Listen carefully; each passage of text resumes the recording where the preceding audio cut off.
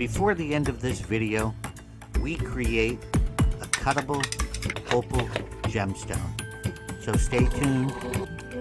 We grew opal.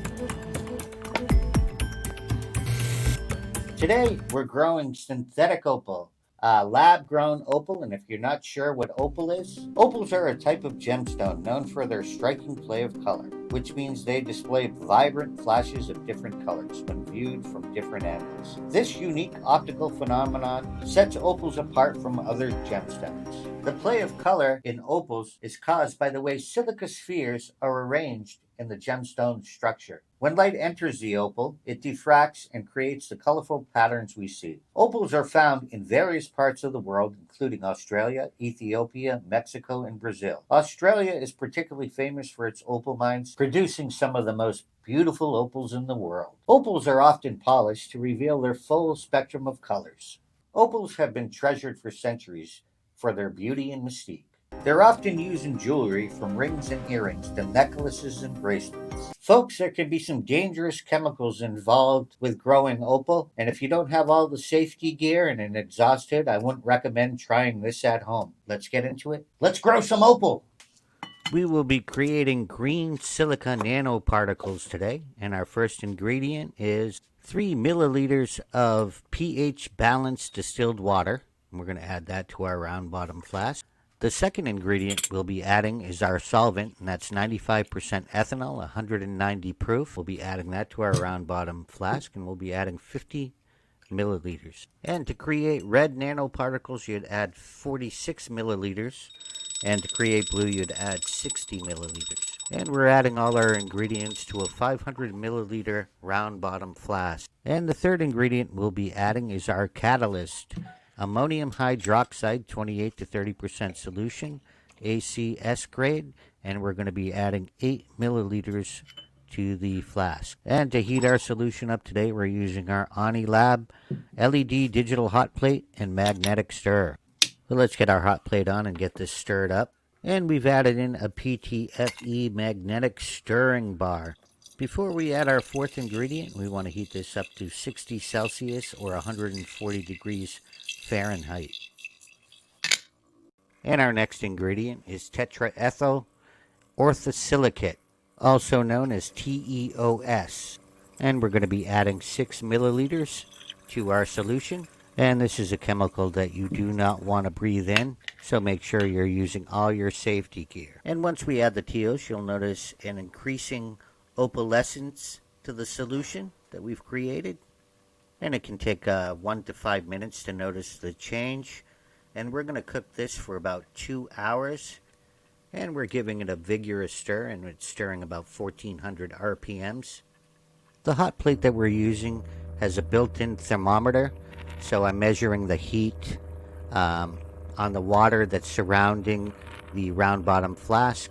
And I'm also using a lab glass thermometer that I put into the solution to make sure that it's staying at the correct temperature to maintain the temperature throughout the cook. As the solution cooks, we don't stay in the room, we monitor it through cameras. After 2 hours of cooking, our solution is complete, and it's looking good here. And we'll store it in a lab jar. And we'll let this settle. We'll let this settle for a few weeks till the sediment drops to the bottom of the jar. And at that point, we'll get rid of the excess liquid, and then we'll mix it with our other colors. As we make more videos on growing opal, we'll experiment with different methods and see what comes out the best for creating a gemstone. So it's been about 3 weeks. We let the solution settle. We have red, green, and we have blue. And we're going to mix those together, and we're going to do about a 38% solution. And then we're going to just in the rest water, burst it in water, and then we're going to see what happens from there. We'll have to wait a few more weeks to see how that settles. But the results came out good, and we're about to show you guys. And here are some of the previous cooks, and they've been settling for weeks now.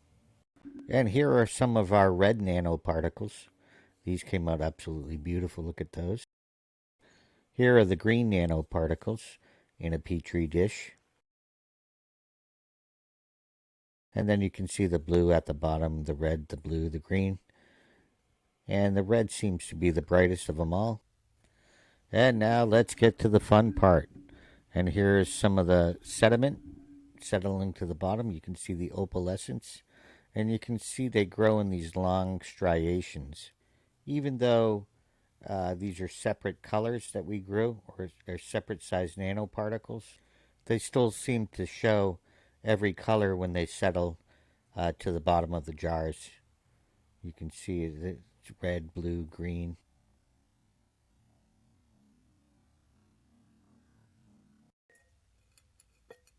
Now that we have our jars all settled out, we're going to pour the excess liquid out, and then we're going to mix these batches together and see what we come up with. And then we'll have to let that settle probably for a few months until we get the our final sedimation at the bottom, and we can see those long striations of color. We have all our jars mixed, and we're going to add distilled pH balanced water to the remaining solution.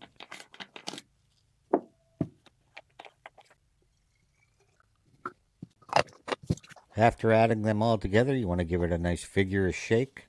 Make sure you mark your bottle so you know which grower you're on. Now we're going to take some of our solution, we're going to add it into a test tube, and we're going to centrifuge it. And we did this for about 3 hours.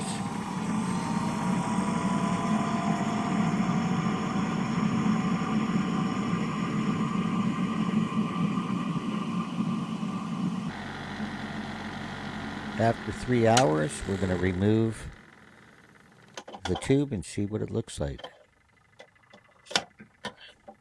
It'll push all the sediment down to the bottom and split the liquid, separate the liquid. As you can see, there's a ton of color in there. And then we let it dry, and this is what it looked like after it dried. So we know it worked. Now we got to just figure out where we go from here. You can see the beautiful colors in this opal. Amazing. At this point, we added a good amount of solution to our beaker. And then after it settled out, this is what it looked like. And you can see that was about 5 months there, 6 months. And then we dried it out, and you can see here. It's a little bit brittle, but you can see it's full of color. And now we need to sinter this. But you can see the amazing color.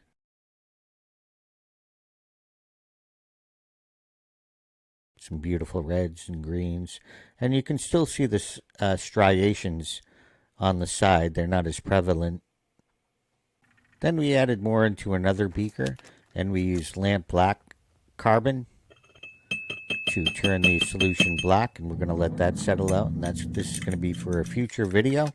It'll actually be the next video in this series. Then we took some silica molds, and we added solution to the silica molds, and we're going to let these settle out. And you can see they turned out pretty cool. Look at the color in those. And this is what we're going to sinter. We're going to sinter one of these, heat it up in our furnace, and see what we get with it. So we're going to split it out of here. You can see the colors in it.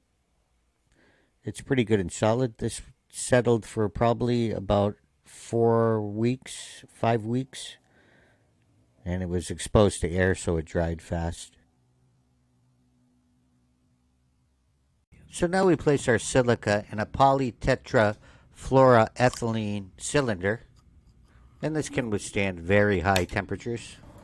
And we're going to place it in our tabletop lab furnace. We programmed our furnace to heat up to 572 degrees for 8 hours. And then we cooked it at 825 degrees for 24 hours. And we'll see what that looks like. And I wanted to share with you some of our previous grows. And here is a test tube that has settled out. And it's under some different lighting here. and you can see the full bands of color. So as we move forward growing opal, we're going to be doing different experiments. We're going to try to color the opal. We're going to try to make some black opal. Um, and by no means will this ever look as good as a natural opal. You can just tell by the bands in the synthetic opals what's real and what's fake. In the end, we just really wanted to try to grow opal. It's been a day and a half and we let it cool down. Whoa! Looks like it might have worked there.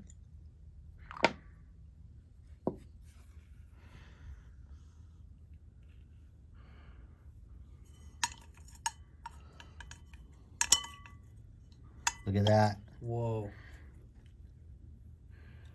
Whoa. I think it worked. Yeah! Look at that. Nice. Wow, dude, that's hard as a rock. I think we did it, man. We did it. Look at that, guys. Whoa. It's not a ton of color. I mean, it's got a ton of color. It's just not a lot of reds. How it's done. Wow, look at that. That is awesome, dude. We're going to cab this thing. Sweet. Oh, man. Look at that. That is awesome. It worked. Thing's hard. Wow. We did it, man. So we're about to cab this opal that we grew, and we're going to be having more videos on growing opal. We're going to do a 4-part series. We're going to create a black opal and try to dye some of the different opals. So stay tuned. Make sure you turn on notifications. And if you haven't subscribed and you like the content, make sure you subscribe. And we're about to cab this opal.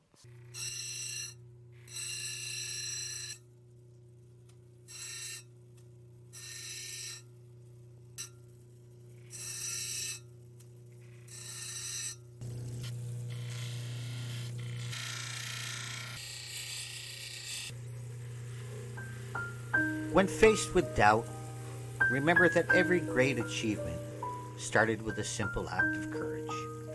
Believe in yourself and take that first step. For within you lies the power to defy expectations. Embrace the challenge, for it is through adversity that we discover our true strengths. You are capable of far more than you imagine. Give it a try and be amazed at the heights you can soar to.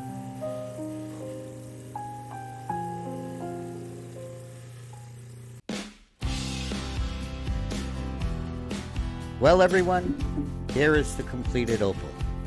We started this journey on growing opal about a year ago, and I never imagined today that we would have actually created an opal. Look at how beautiful this came out. And there's more to come.